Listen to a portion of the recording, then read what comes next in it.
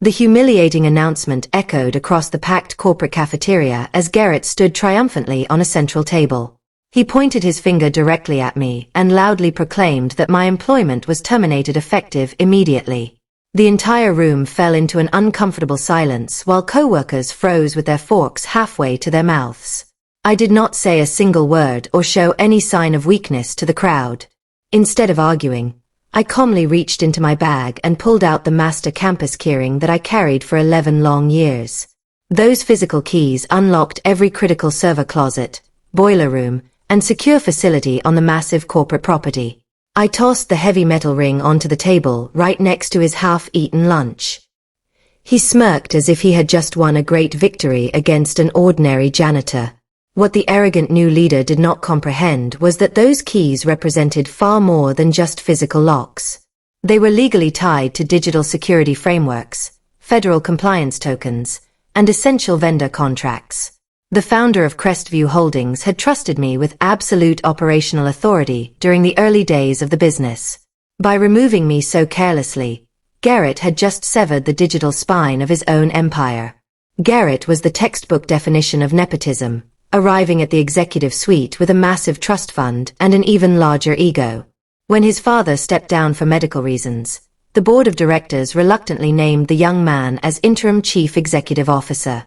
He immediately began treating the dedicated staff like disposable property while rearranging organizational charts to suit his daily whims.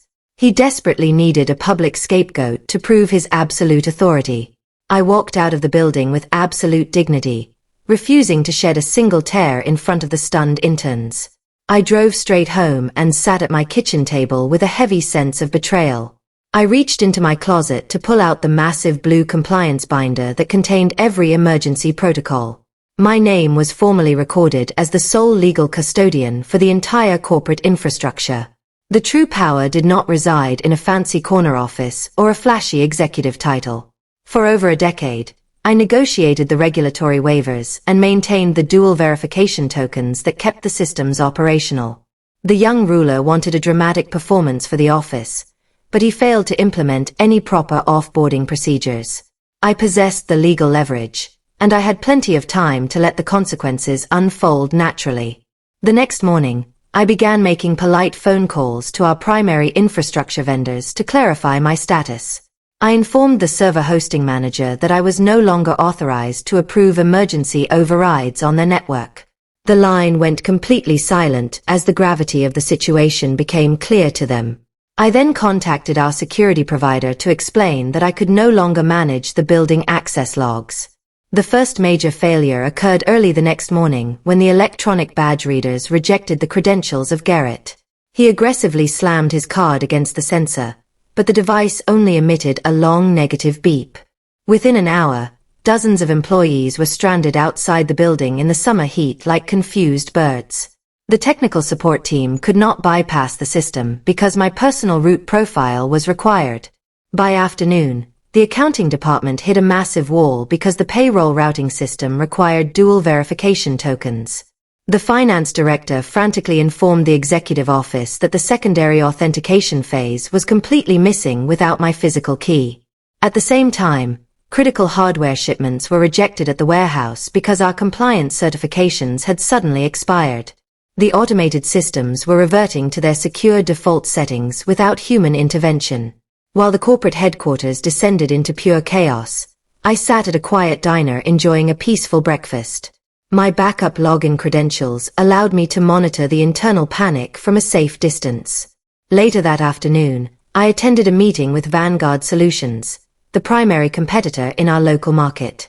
The chief operating officer, Regina, offered me a lucrative consulting contract with stock options within 10 minutes of our conversation. Back at the crumbling office, Garrett attempted to hide the operational failures by firing Devon, the head of technology. He foolishly replaced the veteran specialist with an inexperienced college friend named Brody who lacked basic technical skills. Within hours, a routine firewall update triggered a massive security lockdown that completely disabled internal communications. Employees were sweating through their shirts because the backup cooling system had malfunctioned and locked at high temperatures. The actual crisis erupted during the mandatory quarterly compliance meeting with the corporate legal counsel. The general counsel, Michael, explicitly asked why my signature was still required on every federal filing and tax document. Garrett casually dismissed the concern and ordered the team to simply replace my name on the portal. Michael explained that federal regulations required strict off-boarding documentation that the company had completely failed to submit. The ultimate blow landed when a massive $200 million merger with Apex Zenith came to a sudden halt. Their legal team conducted a routine security audit and discovered that all data frameworks remained tied to my name. They reached out to me directly, and I truthfully confirmed that my employment had been terminated without any transition process.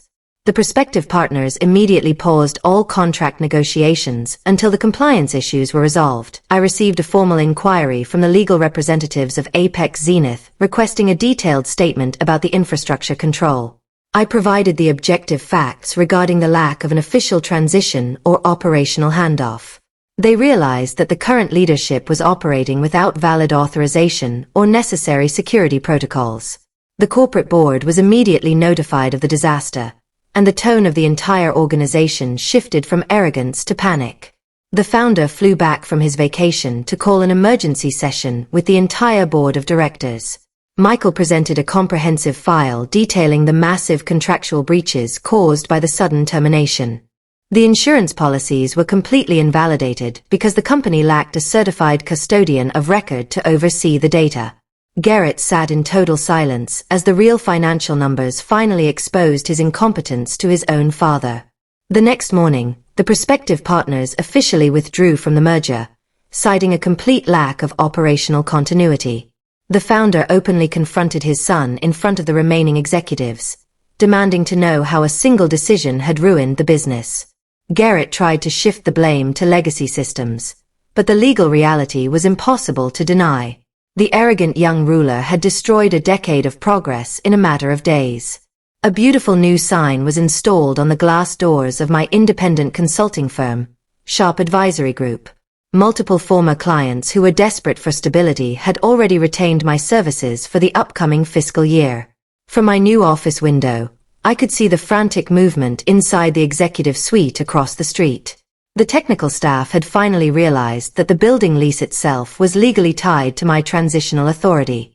I walked across the street one final time to return the obsolete physical tokens to the front reception desk. I did not seek revenge or harbor any anger, because the natural laws of accountability had delivered a flawless outcome. True power belongs to the people who understand the foundational machinery, not the individuals who simply wear the crown. I walked back to my new office, completely free from the past and ready for the future.